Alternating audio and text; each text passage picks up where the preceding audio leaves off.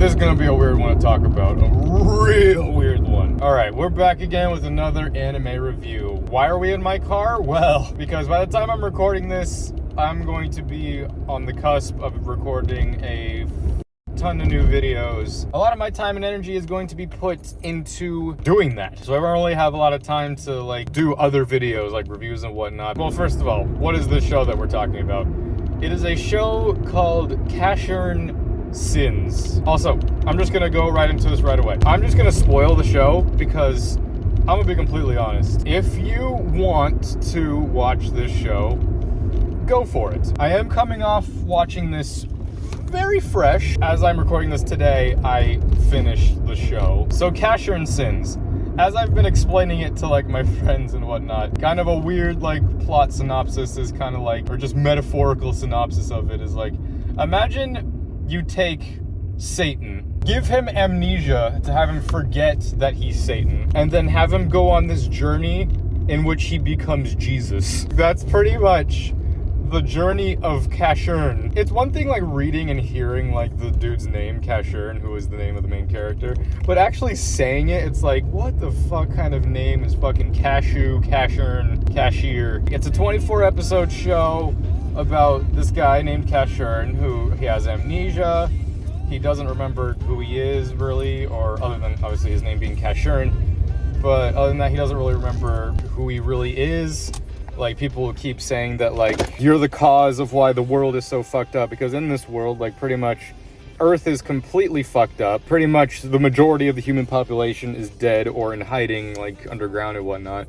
And a lot of it's been replaced with like robots who look like humans. I will say, a really cool thing about the world of Casshern Sins is that it's a really intriguing world.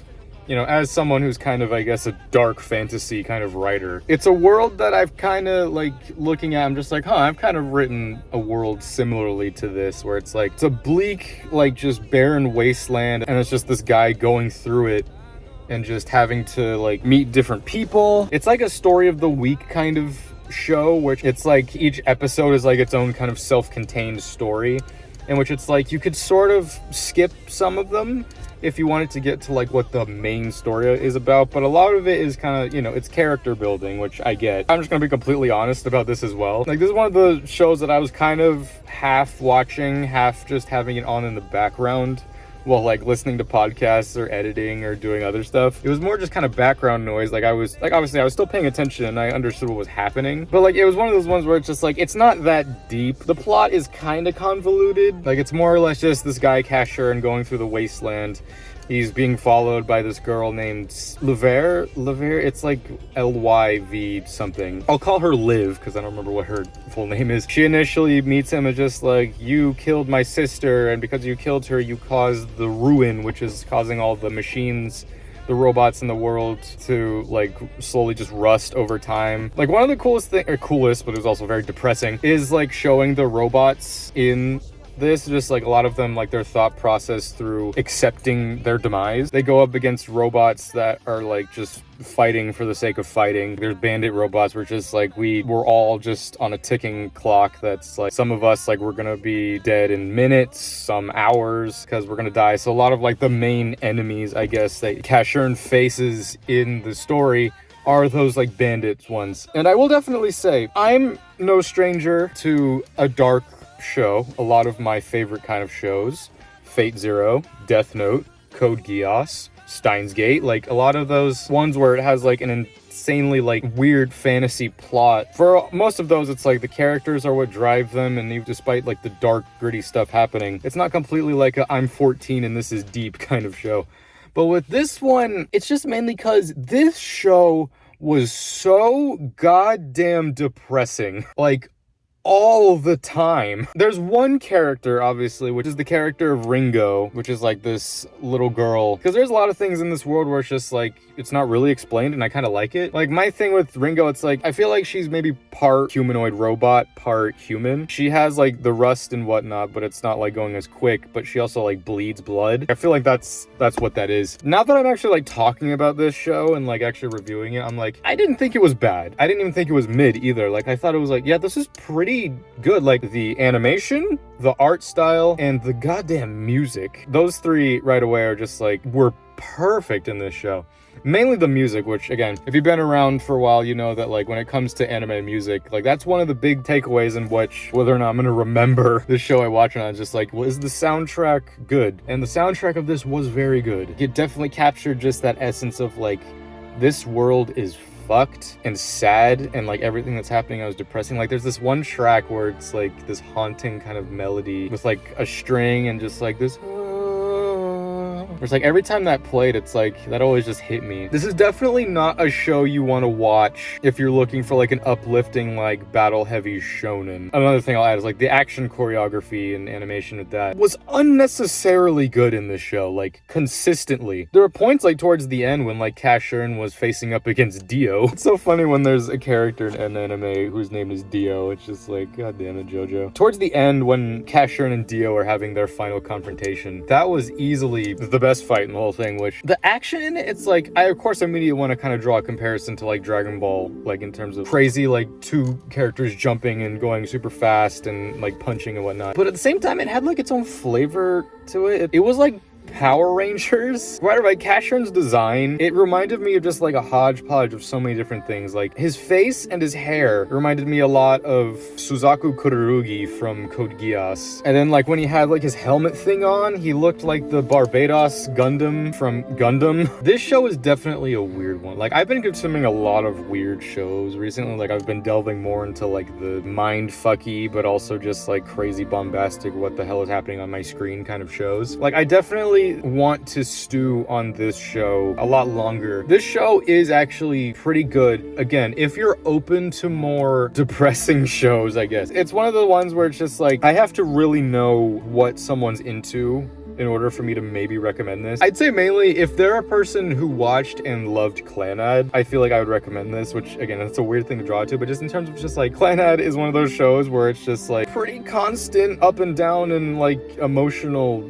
fuckery. Stop making me cry. Like this show, surprisingly, like even though again it was mostly kind of background noise, like whenever I like properly tuned in, whenever there was like a serious like emotional scene happening, like I found myself like pausing whatever else I was doing and be like, hold on, let me cook. Like one of the big ones was when Liv was finally realizing that, oh, I'm in love with Casshern. Of course, me being the romance connoisseur that I am, romance anime specifically, the romance side of it, I mean, it's not really like heavy, but it's like Liv talks about, like she's not openly like, I love you. I don't even think she says I love you until the very end, you know, right before she dies. I could have done with a little more moments, I guess, between Liv and Casshern. They did spend like a whole episode like delving into the mind of Liv. I mean, she was just like tackling with just like, do I love him? Like it's just a weird jump because like you go from the beginning of the series where you're just like, oh, you don't remember why you killed my sister or just like that you did it at all. Well, I'm gonna wait till you do remember and then I'm gonna kill you. It goes from that and then they keep interacting like every once in a while and then it gets to the point where Casshern is just like, all right, just kill me if it'll give you peace. Like, this is the one thing about Casshern. Like, it's a rough existence for him. He can't just be in this world because one, he's unaffected by like the ruin and whatever that's like plaguing the world because of that and everything, because he's Casshern. Like a lot of the robots and whatnot, why they're chasing him is because they're told like, oh, if you eat Casshern you'll be cured of the ruin or whatever. Pretty early on in the series, like it's just like Casshern, whenever he's confronted with someone who's just like, I'm gonna kill you, Casshern is just like, okay, do it. He wants to die, you can see it. But unfortunately, he's also just immortal. He's literally getting stabbed and like cut and whatnot. And he regenerates. Going into Casshern's like backstory, it was kind of really quick. You know, it was revealed like the boss robot or whatever, and then OG, who is like the grandpa robot to Ringo. It's like, oh, he created Casshern. That was one part I wasn't too clear on. It's just like, they created him. Why? It's because he went and killed Luna, who is the sister of Liv. It's because he killed her that like the ruin spread or whatever. I'm also not too clear on why specifically Luna was tied to all that. Only because it was also a case of like Luna was killed by Casshern, but then like when you go into the end of the series and it's like Luna's alive. But is it the same Luna? Like this show doesn't answer a lot of questions, which I do like, in which it's like really kind of infer yourself. But at the same time, there are certain questions where it's just like, you need a little more, I don't know. This is a good like kind of debate series, I guess. Like there's a lot in this world. Like it has crazy potential. I probably should have said this at the beginning. Like I know this is like a remake or like an extension of like one from the 90s. One of the things though that pissed me off like going towards the end, I mean not pissed me off, but I was just like, why? In the second to last episode, Casshern confronts Luna. You're healing all these robots and whatnot. Like it's kind of scummy how you're going about it, but like you are helping people. It's a case of just like, I'm still trying to think like what specifically he was trying to say, but it was along the lines of just like, there is beauty in not living forever. There's something beautiful in having so little time and doing everything you can with it and then dying happily, hopefully. I mean, more of the themes of the show and whatnot is just like death can be beautiful. It's kind of morbid and that does kind of fall into like the depressing aspect of the show, but then like Casshern walks away from her and is just like, I'm not gonna kill anymore. But then you go into the last episode, yeah, everything's good. He's living with Ringo and Liv on like this field and whatnot, and there's flowers. But then Liv, the ruin eventually gets to her and she dies. I read it as a case just like maybe Liv was just that one foil that was keeping Casshern tethered. Once she died, he snapped and then he went right back to killing again. And it's like, okay, why have that big scene at the end of the previous episode then of him being like, I'm not gonna kill, and then like halfway into the next episode he's killing again. For a 24 episode show, it feels like 24 episodes, I will say. Again, a lot of like the earlier episodes you could kind of skip and not miss too much context or anything. It definitely could have been shorter. Like, as I will say, like the pacing and just like the direction of this show, definitely like it felt like either like 90s, early 2000s anime. So in this next part, I talk about how Casshern Sins was released in 2017.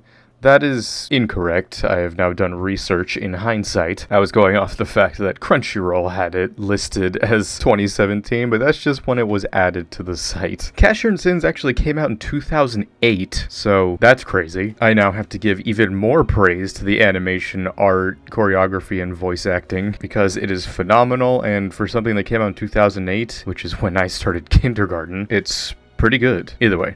Back to the review. Whenever it's just like showing shots of like the landscape or just certain emotional scenes, it's not a whole lot of like cutting between characters. Like it lets you take in the environment and just like listen to what they're talking about. After the first couple episodes, you start to see the pattern with like, you know, the standalone episodes where it's just like they're introducing this new character in this world that we now know is really fucked up. So it's just like, all right, you strap yourself in for the heartbreak. I'll definitely say of the episodes, some of my favorites were definitely the one story with the girl who had like the doll on the chair and she was like making flowers and whatnot for that one like robot with the horns, and then like she eventually died, and that's what sets off Casshern looking for Luna. That one I think might still be my favorite episode, just because, you know, it's that kind of story where it's, you know, like a gruff like bad guy, the robot, where he's just like, leave me alone, you stupid child, like just let me die, and the child keeps coming back like and befriending it, and then it gets to like the end of the episode and of course the robot sacrifices himself to like protect her and whatnot. It's a heartwarming story.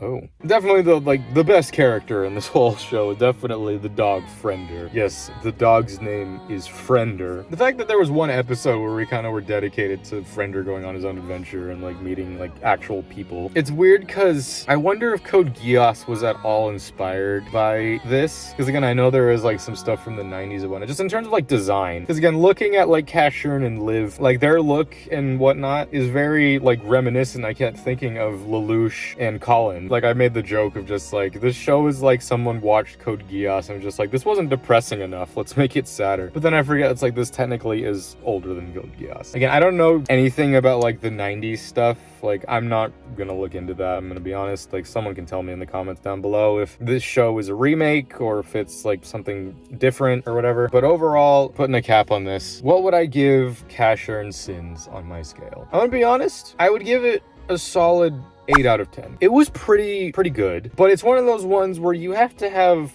a specific kind of taste, I guess, or just like able to watch depressing stuff. I'm someone who's kind of like a melting pot when it comes to watching anime. It's like I can watch the shonen, I can watch the dark stuff, I can watch the romance, the kiddie stuff. I love all of it. I just love anime, but I love talking positively about it and I love talking shit about it. Casshern Sins, it's gonna be one that I think I keep kind of remembering every once in a while in my head, where it's just like, oh yeah, that was a show I watched. The soundtrack I'm definitely going to keep listening to, because it was a phenomenal soundtrack. And the way the story ends, Casshern, he does what he needs to do. If the world ever goes back to how it was before, I will return. The way I interpret it is like Casshern kind of became like this mythical being after everything, because it's like you pick up with Ringo and Frender by the end. They're just like, in a field. It's safe to assume it's like life is starting to return to Earth or whatever. The robots, the ruin is being cured. Casshern, wherever he is on the Earth, out in space somewhere, he's just sort of like a guardian angel, I guess. Like, though he once brought the world to ruin, he now watches over it so it does not be brought to ruin again. I'm into all that poetic kind of stuff. So this was a weird one,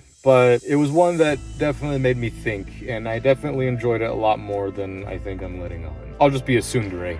It was alright. It's not like I liked it or anything. Either way, this was my review of Casshern Sins. Join me for many other reviews of other anime and everything else I plan on posting on the channel soon. Until next time, I'm Lancer.